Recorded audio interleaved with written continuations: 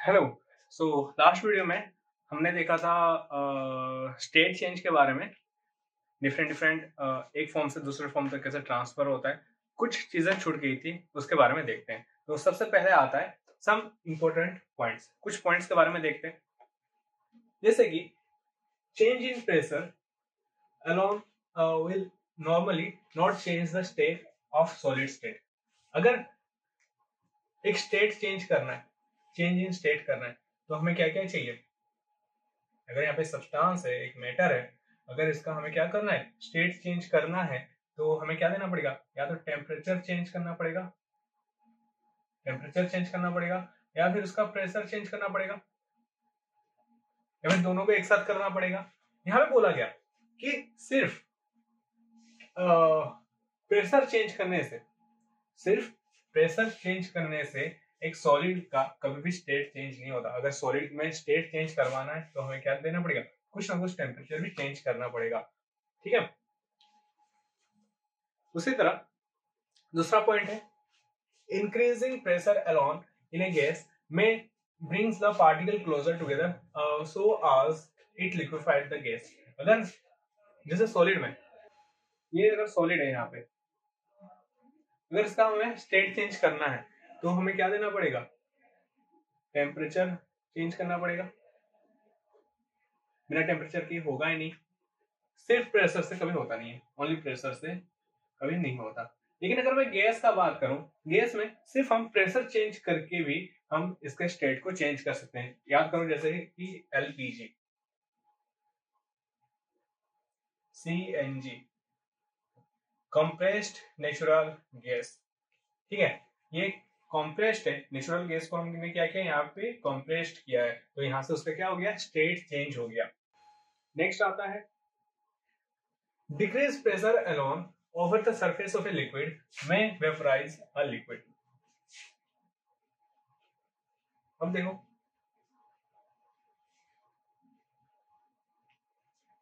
यहाँ पे एक लिक्विड है इस तरह से, अभी इसके ऊपर क्या होगा, कुछ ना कुछ प्रेशर होगा, पार्टिकल्स हैं, कुछ ना कुछ प्रेशर एक्सर्ट करेंगे। अगर क्या हो, यहाँ पे पार्टिकल का नंबर में क्या कर दूं, थोड़ा सा कम कर दूं, तो क्या होगा, प्रेशर कम हो गया, ऐसे डिक्रीज इन प्रेशर हुआ। ठीक है। अभी यहाँ पे जो स्पेस बचा, इस स्पेस को ऑक्युपाई कौन करेंगे, यहां से आते हैं पार्टिकल्स, और इसी प्रोसेस को हम क्या कहेंगे, ये लिक्विड है, गैस में कन्वर्ट हो रहा है, इसी प्रोसेस को हम क्या कहेंगे, वेपोराइजेशन। तो लो प्रेशर में एक लिक्विड क्या हो सकता है, वेपोराइज हो सकता है। क्लियर। इस हिसाब से the reverse of sublimation that is change of state from gas to solid is also called condensation. इसको हम कंडेंसेशन भी कहते हैं, बहुत सारे बुक्स में इसको कंडेंसेशन भी लिखा गया है। उसी हिसाब से if A solid has a low melting point, then the attractive force between the particles are weaker than the particles of the solid having higher melting point। ये चीज इंपॉर्टेंट है। अगर यहाँ पे मैं एक सॉलिड ले रहा हूं, ये उसके पार्टिकल्स हैं,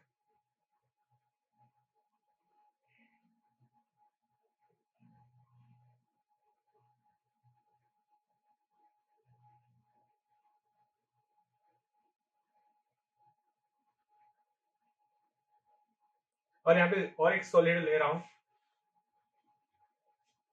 यहाँ पे पार्टिकल्स कुछ ऐसा है।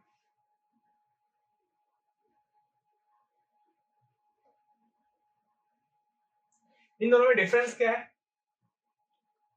ये जो पार्टिकल्स है, ये जो मैटर है, यहाँ पे पार्टिकल्स क्या है, थोड़ा क्लोजली पैक्ड है, ज्यादा डेंस है, और यहाँ पे थोड़ा इनके बीच में इंटरमोलिकुलर डिस्टेंस क्या है, थोड़ा सा ज्यादा है। सो अगर ये डिस्टेंस को, ये स्टेट अगर ये पोजीशन में है, इनके बीच में डिस्टेंस अगर इतना है तो सॉलिड माना जा रहा है। अगर इतना आ जा रहा है तब जाके इसको हम क्या कह रहे हैं, इसी स्टेट में, इसी अवस्था में हम क्या कहते हैं, ये लिक्विड स्टेट में कन्वर्ट हो गया। तो इसको थोड़ा सा हम अगर गर्म करेंगे, हीट करेंगे, तो पार्टिकल्स क्या होंगे, दूर दूर जाएंगे। तो एक स्टेट ऐसा आएगा जब ये पार्टिकल्स, ये वाला यहाँ पे आ जाएगा और ये वाला कुछ यहाँ पे आ जाएगा, तो ये लिक्विड में कन्वर्ट हो जाएगा। ये हमने देखा था। अब बात है ये कि इसमें हमने टेम्परेचर दिया, इसमें भी हमने टेम्परेचर दिया, जल्दी कौन लिक्विड में कन्वर्ट होगा? ऑब्वियस सी बात है ये, क्योंकि यहाँ पे डिस्टेंस पहले से ही ज्यादा है। यहाँ पे क्या होगा, पहले इतना डिस्टेंस को ओवरकम करने के लिए हमें एनर्जी देना पड़ेगा, फिर और दूर जाएगा, मतलब यहाँ पे ज्यादा टाइम लगेगा। ठीक है, यहाँ पे कम टाइम में ये लिक्विड क्या हो जाएगा, लिक्विड स्टेट में चला गया, सॉरी ये सॉलिड लिक्विड स्टेट में चला गया। अगर सॉलिड अगर लिक्विड में जल्दी अगर जा रहा है, जल्दी चला गया लिक्विड स्टेट में, हम कह सकते हैं इसका जो मेल्टिंग पॉइंट है ये जल्दी आ गया। और यहाँ पे मेल्टिंग पॉइंट थोड़ा सा डिले हो रहा है। क्यों? क्योंकि यहाँ पे जो फोर्स ऑफ अट्रैक्शन है ये क्या है, ज्यादा है। मतलब यहाँ पे जो पार्टिकल्स हैं ये सॉलिड को मेल्ट होने नहीं दे रहे हैं, पकड़ के रख रहे हैं। सो ये कुछ पॉइंट्स थे। इसके इसके बाद हम देखते हैं नेक्स्ट प्रोसेस हमारा, जो कि है इवापोरेशन। इवापोरेशन देखो, it is a phenomena in which liquid changes to gases state below its boiling point without external heat. मान लीजिए यहाँ पे एक सरफेस है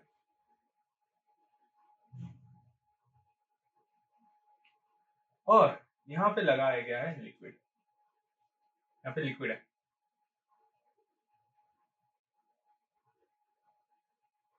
होता क्या है, यहां से लिक्विड के पार्टिकल्स ऐसे ऊपर जाते हैं, गैसेस स्टेट में जाते हैं, एंड लिक्विड टू गैस का जो कन्वर्जन होता है हम इसको क्या कहते हैं, बॉइलिंग कहते हैं।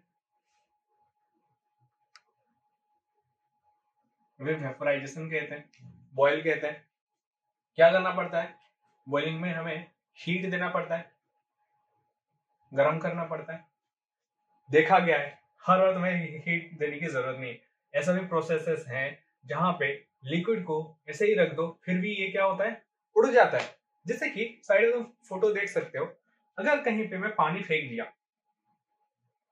कोई सरफेस पे अगर पानी फेंक दिया, ये क्या हो जाता है, ये उड़ जाता है, भाप होके उड़ जाता है। हम तो यहाँ पे गर्म नहीं कर रहे, तो ये कौन सा प्रोसेस है? क्या ये बॉइलिंग है? नहीं, ये बॉइलिंग नहीं है, ये अलग टाइप का प्रोसेस है। इसको हम क्या कहते हैं, इवापोरेशन कहते हैं।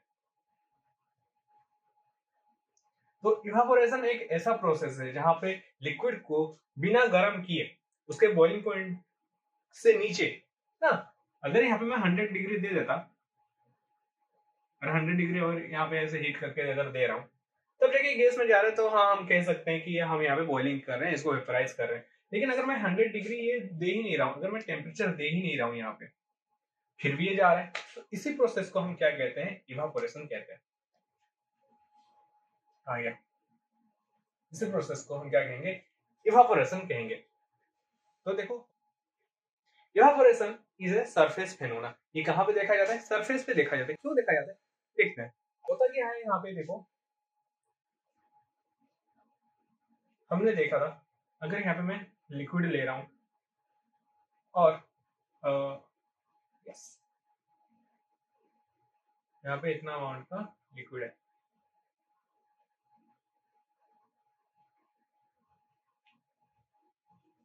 यहाँ पे जो पार्टिकल्स हैं,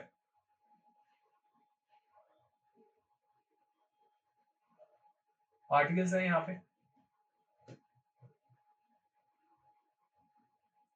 पे भी पार्टिकल्स हैं, लेकिन ऊपर में जो पार्टिकल्स हैं इनका डेंसिटी थोड़ा सा क्या रहता है, ज्यादा रहता है, ज्यादा डेंस होते हैं, क्योंकि यहाँ पे फोर्स ऑफ अट्रैक्शन होता है। देखा था हमने, यहाँ पे जो पार्टिकल्स हैं इनको कौन सा पार्टिकल कहा जाता है, बल्क के पार्टिकल कहा जाता है। इस रीजन को हम बल्क कहते हैं। ये जो पार्टिकल है इसको हम क्या कहते हैं, सरफेस के पार्टिकल, सरफेस है। अब देखो, इसके नीचे भी तो पार्टिकल्स होंगे,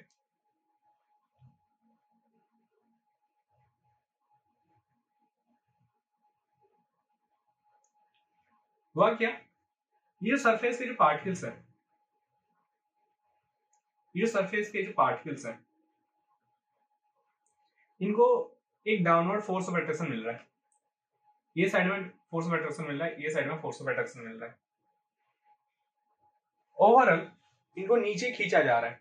पहले जो इतना इतना डिस्टेंस में था, अब इसको नीचे खींचा गया, तो पार्टिकल्स क्या हो जाएगा, थोड़े से नीचे आ जाएंगे। ठीक है, सरफेस टेंशन इसी को ही कहते हैं। सो यहाँ पे देखो क्या होता है, ये जो पार्टिकल्स है ये काइनेटिक एनर्जी लेके इसमें टकराते हैं, और कुछ अमाउंट का एनर्जी एनवायरमेंट से भी मिलता है। पानी का टेम्परेचर अगर मान के चलो 25 डिग्री सेल्सियस है, तो अगर थोड़ा सा अगर गर्म भी हो गया 26 या फिर 27 डिग्री सेल्सियस अगर हो गया, तो हीट ऊपर से नीचे की ओर फ्लो होगा, higher temperature to low temperature flow हुआ। तो यहाँ पे ये जो पार्टिकल है ये क्या क्या काइनेटिक एनर्जी गेन, क्या एनर्जी गेन, क्या अरे kinetic energy is directly proportional to temperature. जैसे जैसे टेम्परेचर बढ़ेगा काइनेटिक एनर्जी बढ़ेगा, पार्टिकल का मोशन बढ़ेगा। तो यहाँ पे पार्टिकल का मोशन इतना बढ़ गया कि ये लिक्विड स्टेट का जो फोर्स ऑफ अट्रैक्शन है इसको ब्रेक करके ये उड़ जाता है। अगर ये यहाँ से उड़ गया, देखो होगा क्या, तो यहाँ से ये पार्टिकल क्या हो जाएगा, गायब हो जाएगा, इस तरह से गायब हो गया। ठीक है, इस हिसाब से यहाँ से एक पार्टिकल गायब हुआ, यहाँ से पार्टिकल गायब हुआ, ऐसे ऐसे ऐसे करते करते इस सरफेस के पार्टिकल्स क्या होंगे, गायब होना स्टार्ट होंगे। गायब होके कहाँ जाएंगे, ये सब कहाँ पे कन्वर्ट हो रहे हैं, ये सब कन्वर्ट हो रहे हैं गैस में, गैसियस स्टेट में कन्वर्ट हो रहे हैं। ठीक है, तो टेम्परेचर देखो कितना है, 25 या फिर 27, कुछ भी मान लीजिए, मतलब रूम टेम्परेचर ही है, बट पार्टिकल्स क्या हो रहे हैं, फिर भी गैसियस स्टेट में जा रहे हैं। तो इसीलिए इस प्रोसेस को हम क्या कहते हैं, इवापोरेशन कहते हैं। इवापोरेशन बहुत अच्छे से दिखाई देता है कहाँ पे, जब प्लांट, ग्रीन प्लांट, इसके लीव्स है, जो वाटर जो ऊपर भेजता है और जो क्लाउड का फॉर्मेशन होता है, पढ़ा होगा, ऊपर जाता है, इवापोरेशन लिखते हैं। यहाँ पे बॉइलिंग नहीं होता है, क्या होता है, इवापोरेशन होता है। फिर यहाँ पे क्लाउड में कन्वर्ट होता है, फिर ये कंडेंस होके नीचे आता है। ठीक है, गैस टू लिक्विड। सो ये प्रोसेस है इवापोरेशन का। The water particles are attracted by other water particles in all directions, but at the surface of water, the water particles are pulled in an inward direction only by the particle present in below the surface of the water. ठीक है, वही चीज है, जो पूरा surface के particle है उनके ठीक जो नीचे पार्टिकल्स है उनके साथ क्या है, फोर्स ऑफ अट्रैक्शन है, तो ये पार्टिकल्स थोड़े से उनके ओर अट्रैक्ट हो जाते हैं और यहाँ से उनका डेंसिटी बढ़ जाता है। The surface particles that acquire enough kinetic energy break away from the surface and become gaseous particle. तो क्या हो, अगर जो सरफेस के पार्टिकल्स हैं ये इनफ काइनेटिक एनर्जी इनको मिल गया कि ये गैसेस स्टेट में कन्वर्ट हो सके, तो इसलिए ये वो फोर्स ऑफ अट्रैक्शन को ब्रेक करके कहाँ पे कन्वर्ट होते हैं, गैसेस स्टेट में कन्वर्ट होते हैं। During evaporation kinetic energy of the particle at the surface increases. तो पार्टिकल का जो काइनेटिक एनर्जी है सरफेस वाला उसका इंक्रीज होता है ना, काइनेटिक एनर्जी बढ़ गया मतलब मोशन करने की टेंडेंसी बढ़ गई, तो ये ऊपर चला जाता है। Such extent that they can overcome the force of attraction of the particle inside the liquid. The liquid particles get this extra energy from other particles in this liquid. As evaporation process, kinetic energy of the liquid particles get reduced. Hence, the temperature decreases of the liquid. अब देखो, ये थोड़ा सा समझने वाली बात है।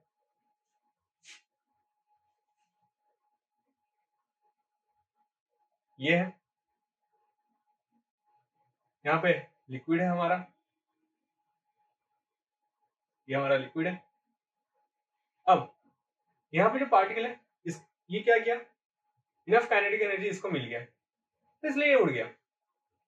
ठीक है, तो ये पार्टिकल का क्या हुआ, काइनेटिक एनर्जी बढ़ गया है तो इसलिए ये चला गया। काइनेटिक एनर्जी अगर ये कहीं से ले रहा है, energy neither be created nor be destroyed. अगर ये एनर्जी कहीं से लिया है, कहां से लिया होगा, यहाँ पे जो पार्टिकल्स है यहाँ से लिया होगा, मतलब इनका एनर्जी कम हो गया। कौन सा एनर्जी, काइनेटिक एनर्जी इनका कम हो गया। अगर इसका काइनेटिक एनर्जी कम हो गया तो बताओ क्या होगा, टेम्परेचर क्या होगा, डिक्रीज हो जाएगा। इसलिए कहीं पे अगर इवापोरेशन हो रहा है तो लिक्विड का टेम्परेचर क्या हुआ, डिक्रीज हो गया। वही चीज यहाँ पे लिखा गया है, the kinetic energy of the liquid particle का काइनेटिक एनर्जी क्या हो रहा है, रिड्यूस हो रहा है, और इसीलिए टेम्परेचर क्या हो रहा है, यहाँ पे डिक्रीज हो रहा है। ठीक है, तो इवापोरेशन प्रोसेस के लिए क्या चाहिए, एनर्जी चाहिए या एनर्जी रिलीज हो रहा है। देखो, इवापोरेशन होने के लिए, पार्टिकल का इवापोरेट होने के लिए हमें क्या चाहिए, एनर्जी चाहिए।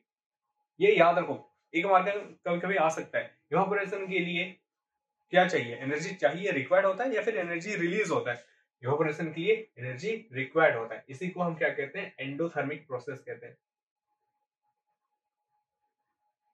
जैसे जैसे आगे पढ़ेंगे इन सब टर्म्स का याद रखने की जरूरत नहीं है, फेमिलियर हो जाते हैं। एंडो का मतलब अंदर और थर्मिक का मतलब लेना, तो सॉरी, थर्मिक का मतलब रिलेटेड टू हीट। तो एंडोथर्मिक मतलब जो प्रोसेस में हीट लिया जाता है। तो यहाँ पे ये पार्टिकल है, ये क्या कर रहा है, हीट एनर्जी ले रहा है, तो इसलिए एंडोथर्मिक प्रोसेस है। इवापोरेशन एक एंडोथर्मिक प्रोसेस है। और इवापोरेशन कॉज कूलिंग। क्या हर सब्सटेंस इवापोरेट होते हैं? हम सबको इवापोरेट कैसे कर सकते हैं क्या? नहीं होता। देखो, जो सब्सटेंस वोलाटाइल है, वोलाटाइल का मतलब समझो, अगर कहीं पे रखा, ये इजिली उड़ जाता है। ऐसे सब्सटेंस जो इजिली उड़ जाते हैं उन्हीं को हम क्या कहते हैं, वोलाटाइल कहते हैं। जो सब्सटेंस इजिली इवापोरेट हो सकते, जो सब्सटेंस इजिली वेपराइज हो सकते हैं, वो ही क्या करते हैं, इवापोरेशन दिखाते हैं। ऐसे सब्सटेंस को हम क्या कहते हैं, वोलाटाइल कहते हैं। अब नॉर्मली ये कहां पे रहते हैं, सॉलिड या फिर लिक्विड में रहते हैं। इनको गैसेस स्टेट में कन्वर्ट होना है, और जब ये गैसेस स्टेट में कन्वर्ट हो जाते हैं, यहाँ पे जो ये गैस में आ गए, गैसियस स्टेट, इनको अभी गैस नहीं कहा जाता। हम इन्हें गैस नहीं कह सकते। लाइक ऑक्सीजन गैस है, नाइट्रोजन गैस है, आर्गन गैस है, कार्बन डाइऑक्साइड गैस है, ठीक है, हम इनको गैस नहीं कहते। इनको क्या कहा जाता है, वेपर कहा जाता है। एंड इसीलिए हम वाटर का जो गैस स्टेट है, हम उसको वाटर वेपर कहते हैं, ना कि कभी वाटर गैस कहते हैं। तो वेपर किसे कहा जाएगा, जो सब्सटेंस रूम टेम्परेचर पे सॉलिड या फिर लिक्विड स्टेट में हो। कहां पे, रूम टेम्परेचर पे सॉलिड या लिक्विड स्टेट में हो, गर्म करके या फिर इवापोरेट होके अगर ये गैस स्टेट में आ रहा है, ये स्टेट से ये स्टेट में अगर आ रहा है, तो ऐसे सब्सटेंस को हम क्या कहते हैं, वेपर कहते हैं। उनका गैसेस फॉर्म में हम क्या कहते हैं, वेपर्स कहते हैं। देखो, a substance that can exist in gaseous state at room temperature at which it's normally a solid or liquid is called vapor।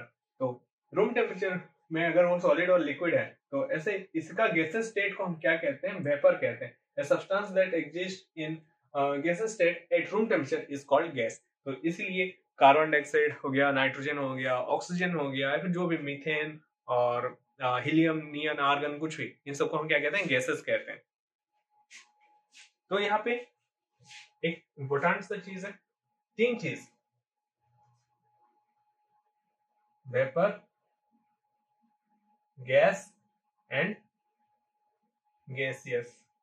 इन तीनों का मतलब क्या रहा, वेपर जो कि रूम टेम्परेचर पे सॉलिड या फिर लिक्विड है, फिर जाके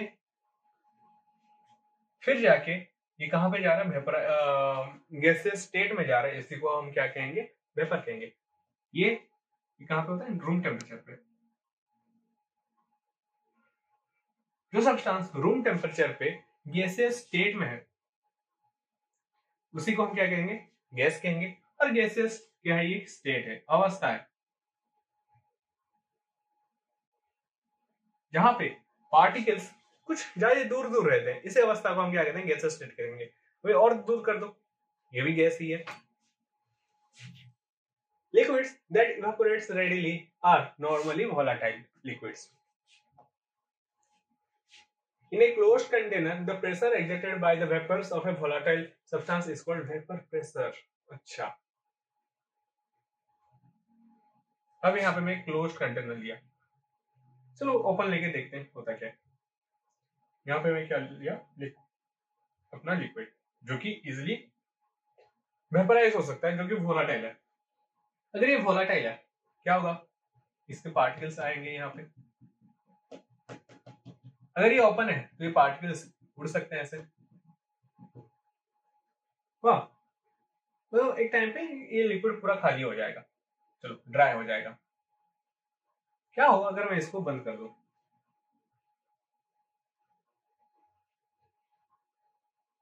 बंद कर दिया, अब यहाँ पे जो पार्टिकल्स हैं सब यहीं पे ही रहेंगे, बाहर जाएंगे ही नहीं। सरफेस से पार्टिकल्स ऊपर गए। अभी देखो, यहां से पार्टिकल ऊपर जा रहे हैं, यहाँ पे इतने ज्यादा यहाँ पे क्राउड हो गया है कि आपस में फिर से मिलके ये कंडेंस होके नीचे आ रहे हैं।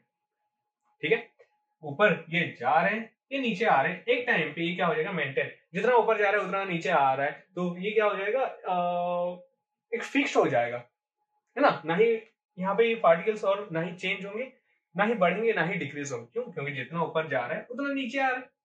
इस टाइम में जो लगने वाला जो प्रेशर है, इसी को हम क्या कहेंगे? Vapour pressure.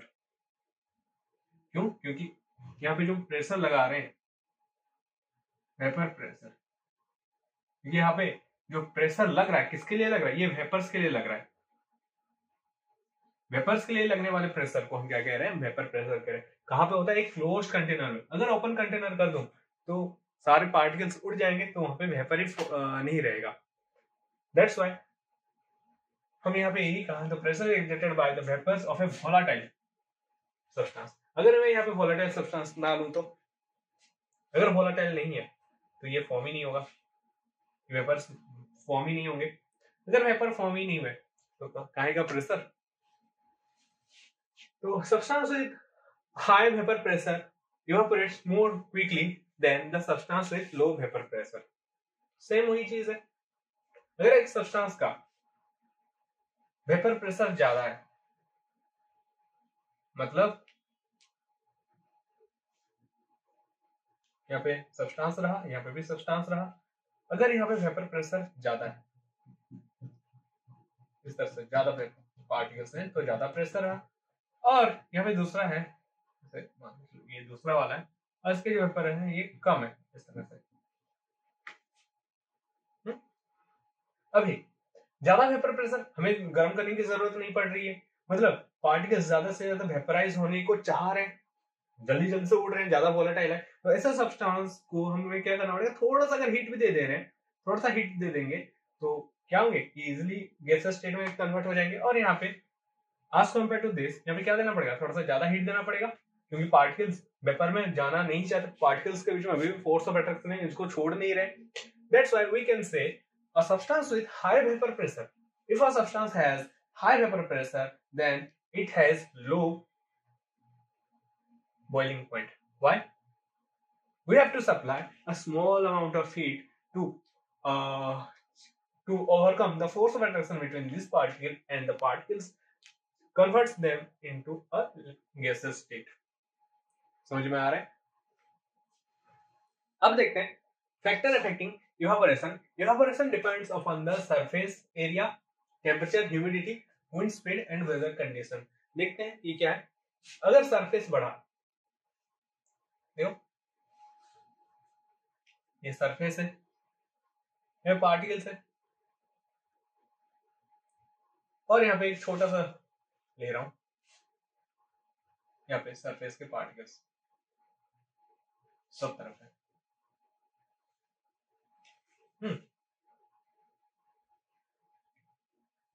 अभी सरफेस के पार्टिकल्स इवेपोरेट होते हैं, तो यहाँ पे इतने पार्टिकल्स से जाएंगे। अगर यहाँ पे सरफेस एरिया बढ़ गया तो ज्यादा से ज्यादा पार्टिकल्स अभी ऊपर जाएंगे। तो इसलिए कहा गया जो इवेपोरेशन है किसके ऊपर डिपेंड करता है? सरफेस एरिया के ऊपर डिपेंड करता है। जितना ज्यादा सरफेस एरिया होगा उतने ही पार्टिकल्स एक्सपोज होंगे और उतने ही पार्टिकल्स ऊपर की ओर जाएंगे। तो इसीलिए हम जब कपड़ा सुखाते हैं, इसको हम खोल के सुखाते हैं, ना कि इसको फोल्ड करके ऐसे ही छोड़ देते हैं। ऐसा खोल के सुखाते हैं, इसलिए क्या होता है? ज्यादा से ज्यादा पार्टिकल्स एक्सपोज होते हैं और ये इवेपोरेट हो जाता है। ऐसे भी कह सकते हैं, अगर कहीं पे पानी गिर जाता है, हम पोछा क्यों लगाते हैं? पोछा लगाने से हम क्या कर रहे हैं? इसको स्प्रेड कर दे रहे हैं।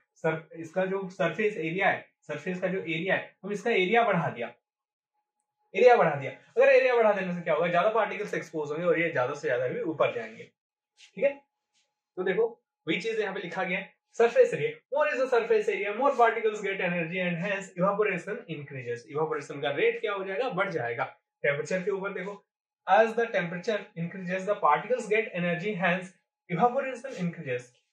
सेम वही चीज, काइनेटिक एनर्जी बढ़ जा रहा है, ऊपर से ही एनर्जी आ रहा है ना, तो अगर टेम्परेचर बढ़ रहा है तो ऊपर से ज्यादा एनर्जी लाएंगे, तो ज्यादा से ज्यादा काइनेटिक एनर्जी ऊपर चले जाते हैं। नेक्स्ट आता है ह्यूमिडिटी, ये इंपॉर्टेंट है।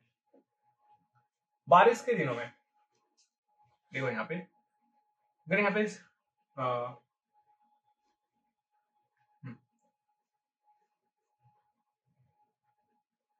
यहाँ पे लिक्विड है, पानी है, इवेपोरेट हो सकता है, लेकिन क्या हो, जो एटमॉस्फेयर है वहां पे पहले से ही बहुत अमाउंट का पानी है,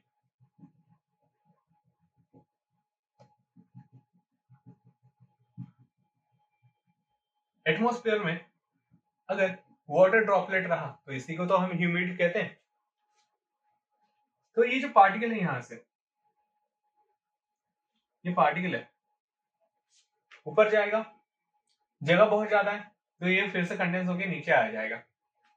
मतलब जो पार्टिकल यहां से गया ही नहीं है, एक तरह का गया था वापस चला आया, ओवरऑल क्या हुआ, गया ही नहीं। तो इसलिए जहां पे ह्यूमिडिटी ज्यादा है इवापोरेशन क्या हो जाता है, डिक्रीज हो जाता है। इवापोरेशन जल्दी होता नहीं, ऐसे भी समझ सकते हो। यहाँ पे डेंसिटी क्या बहुत ज्यादा है तो पार्टिकल्स ज्यादा जाते नहीं। तो इसलिए समर का टाइम और रेनी सीजन का टाइम, रेनी सीजन में कपड़े देर में सूखते हैं और समर में कपड़े जल्दी सूख जाते हैं, क्योंकि यहाँ पे समर में क्या होता है, यहाँ पे जो पार्टिकल्स है पानी का खुद से ही कमी है, तो ज्यादा से ज्यादा पार्टिकल्स और क्या जाएंगे, ऊपर जाएंगे। एंड लास्ट में है wind speed. As the wind blows, the space over the liquid having vapor increases.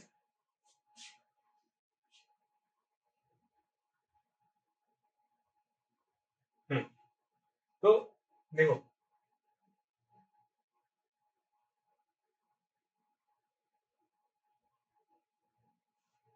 अगर यहाँ पे वही लिक्विड रहा और यहाँ से हवा फ्लो हो रहा है, तो यहाँ पे जो पार्टिकल्स थे, ये हवा ये पार्टिकल्स को बहा दिया, तो जो स्पेस है यहाँ पे ये क्या हुआ, इवेपोरेट होने का, ये बढ़ गया ना। वही चीज लिखा गया है, the space over the liquid having vapour. Vapour जो लिक्विड का ऊपर जो स्पेस है जहां पे वेपर है वो क्या हो गया, बढ़ गया है।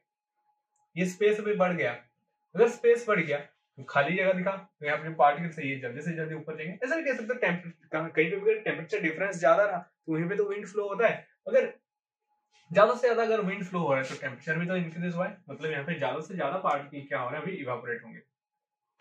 तो this is all about evaporation. Evaporation में होता है क्या, यहाँ पे हमें लिक्विड को गर्म करना नहीं पड़ता, ये खुद ब खुद ये ऊपर चला जाता है। ये फिनोमेना हमने बहुत बार देख रखा है हमारे रियल वर्ल्ड में। So this is our evaporation. इसके बारे में हम हायर क्लासेस में और डिस्कशन करेंगे, इसके ऊपर बहुत सारे न्यूमेरिकल्स भी रहते हैं कि कैसे होता है इवापोरेशन क्या नहीं, इसको यूज करके हम बहुत सारे मेथड्स भी हम पढ़ते हैं। ठीक है, तो इस वीडियो में इतना ही, मिलते हैं नेक्स्ट वीडियो पे।